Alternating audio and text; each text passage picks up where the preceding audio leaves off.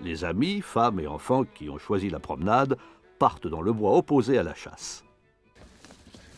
Les chiens partent sur les traces avec les rabatteurs, les postes sont pris dans la discipline, chacun ayant en tête les consignes 1000 fois rabâchées. Aucun accident n'est venu gâter la saison, ce n'est pas aujourd'hui qu'il arrivera.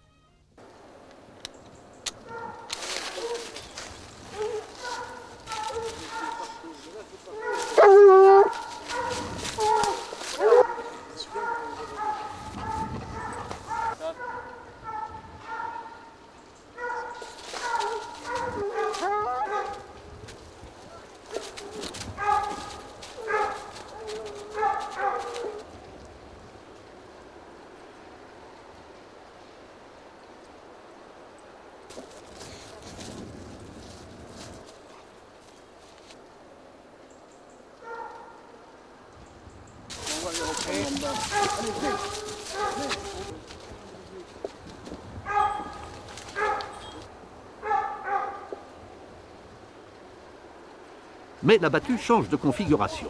Les sangliers ont fait le tour du bois, repéré les chasseurs et trouvé l'ouverture.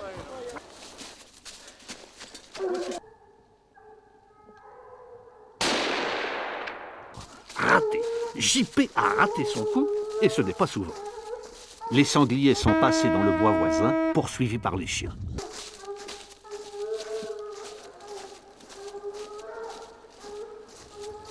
La belle discipline du début en a pris un sérieux coup. Tous les chasseurs se sont déplacés et les postés se devinent entre eux plutôt qu'ils ne se voient. Ils vont peut-être mieux passer là. Ils vont peut-être mieux passer là quand même. Venez, les chiens. Ça y est, les voilà. Bernard tire. Il l'a touché, c'est sûr, il l'a vu tomber. Je sais pas où vous êtes tiré quand je l'avais bien, je savais pas où était Bernard. Ah putain. Donc là-bas. Mais vous êtes mal placé. Mais les bêtes sont passées dans un troisième bois. Bah, je le tire là, juste. Oh putain, tu l'as beau. Ouais. Je l'ai beau, Oh. Mais ça l'a touché. T'es sûr d'avoir touché? Ah oui, ça l'a, il est tombé. Hop. Ouais. Et là, il me venait droit dessus, j'étais mal placé, il me venait droit dessus. Je le voyais pas large. JP n'en revient pas de l'avoir raté la première fois. Il connaît bien le terrain. Il est précisément chez lui. Depuis tout petit, il connaît parfaitement le bois. Il va se poster ici. Le sanglier va sortir là. D'ailleurs, les chiens se rapprochent. La bête est nécessairement devant.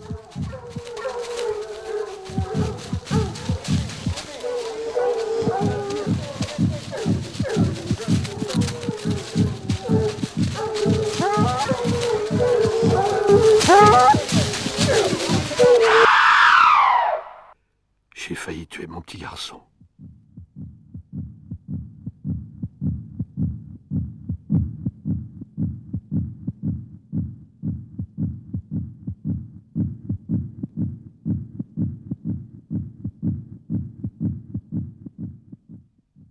Je ne savais pas où il était, ni rien. Bon, il y a un sanglier qui passait, j'ai tiré. C'était pas mon fils, c'était un de mes copains. Il était mort. Et puis, je crois que là, il y a un grand vide qui se fait. On s'assoit, on pleure.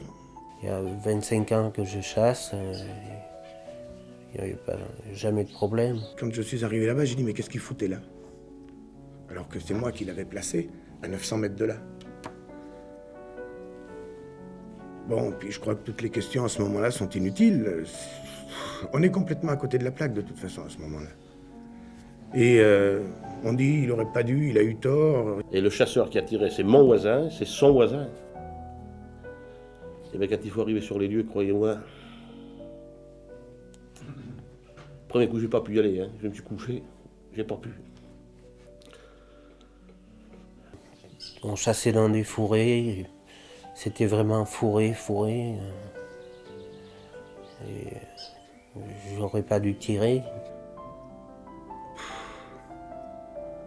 Je crois qu'on s'est tous assis, on savait plus quoi faire. Moi, je voyais, je me disais, mais comment je vais faire pour le dire à sa femme? Il était tous les jours chez moi. C'était mon meilleur ami. Ça a été quelque chose d'abominable, c'est d'indescriptible. Il y avait là 4 sangliers de mort, Lui, mort à côté de son sanglier, à 2 mètres. Mon fils qui me disait, moi j'ai entendu les balles siffler autour de moi. Ça a été une après-midi absolument abominable. Il a quitté son poste, il n'y a pas de problème, mais personne ne sait pourquoi, comment, personne ne le sait, personne ne le saura, il est le seul à le savoir. Les copains, bon, j'en vois plus. On voit plus de copains. Ils m'ont carrément laissé tomber. Après le procès. Ils ont attendu le procès et après, j'ai plus revu les copains. Quand il a vu son père étendu, mettez-vous à sa place. Hein. Et après, pour aller avertir la famille. Après, il faut aller dans la maison, il faut rencontrer la femme, il faut rencontrer son enfant. C'est des moments qui sont... je crois que... il ne s'est pas passé une semaine depuis 95 sans que j'y pense. C'était mon meilleur ami, c'est affreux à dire. On voit plein de choses qui défilent dans la tête et puis... je crois qu'on s'en remet pas. On s'est jamais remis.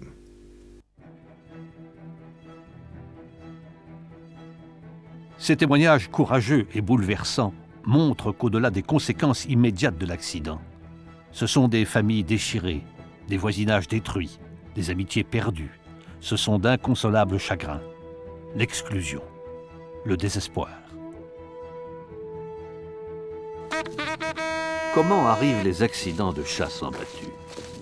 Comment les composantes physiques, intellectuelles et affectives du chasseur entrent-elles dans le processus qui conduit à l'accident?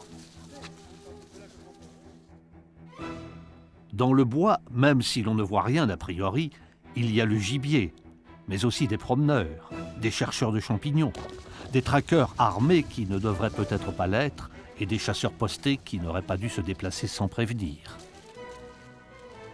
La première cause, la plus répandue, est l'erreur ou le manque d'identification. Le chasseur tire sur ce qu'il croit être le gibier. Mauvaise visibilité, précipitation, peur de rater vis-à-vis des autres, hallucination, volonté de bien faire, crainte de ne pas revoir du gibier avant longtemps. La deuxième est bien la désorganisation subite de la battue. Cette animation illustre bien la scène de chasse précédente et montre le déplacement aléatoire des postés en fonction du déplacement du gibier. Plus personne ne voit vraiment où est qui, si ces déplacements n'ont pas été soigneusement prévus. Je sais pas où vous êtes tiré quand je l'avais bien, je savais pas où était Bernard. Ah putain, donc, mais vous êtes mal placé. La troisième, c'est la pression des autres qui s'exerce sur le chasseur, la peur de rater. Cette pression peut générer un phénomène hallucinatoire qui fait prendre pendant 1/10 de seconde n'importe quelle forme ou mouvement pour le gibier attendu. La quatrième, c'est qu'en 1/10 de seconde, le chasseur doit analyser un grand nombre de données qui relèvent du réflexe, forme, couleur, mouvement, vitesse, hausse, guidon, cible, zone de tir. Toutes ces données, en si peu de temps, dénaturent l'image du gibier dans l'esprit du chasseur pour être remplacée par la notion de cible. Ce qui va sortir du bois est une cible sur laquelle il doit tirer. C'est heureusement que je porte les yeux, dis. Je le vois monter, je dois sortir du bois là-bas, je crie, c'est pour ça que je vous fais. La cinquième relève de la passion. Cette belle mécanique intellectuelle se laissera-t-elle phagocyter par les ondes passionnelles? Trop souvent, la réponse est oui. Le regard du chasseur détourne et isole le gibier de son environnement.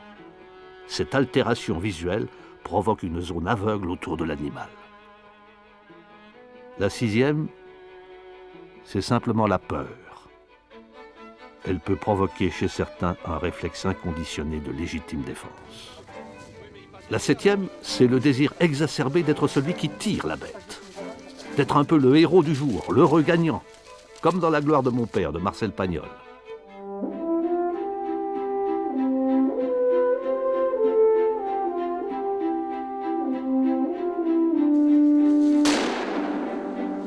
Mais après, Ah ben après ça a été tiré en haut là-haut. Heureusement, l'accident est rare et la chasse finit bien. C'est une activité ancestrale qui s'adapte aux changements socioculturels d'une civilisation de loisirs.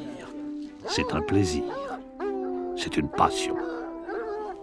Faisons ce qu'il faut pour qu'elle ne soit que cela. Je l'entendais de l'autre côté de la route. Bernard, je l'entendais. Je l'entendais dans les sapeurs. Je l'entendais venir dans les sapeurs, je l'ai vu traverser la route. Mais bon, mais je voulais pas le traverser sur lui. Alors j'ai tiré d'autres. Non, après Bernard était dans la ligne, j'ai tiré après. Ouais. Et c'est vrai que bon, mais quand même, j'aurais dû le.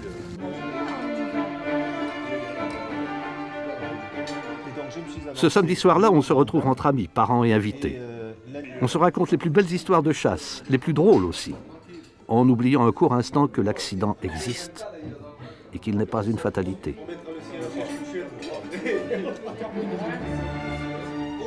C'est une somme de circonstances dont l'arbre des causes est parfaitement connu de tous.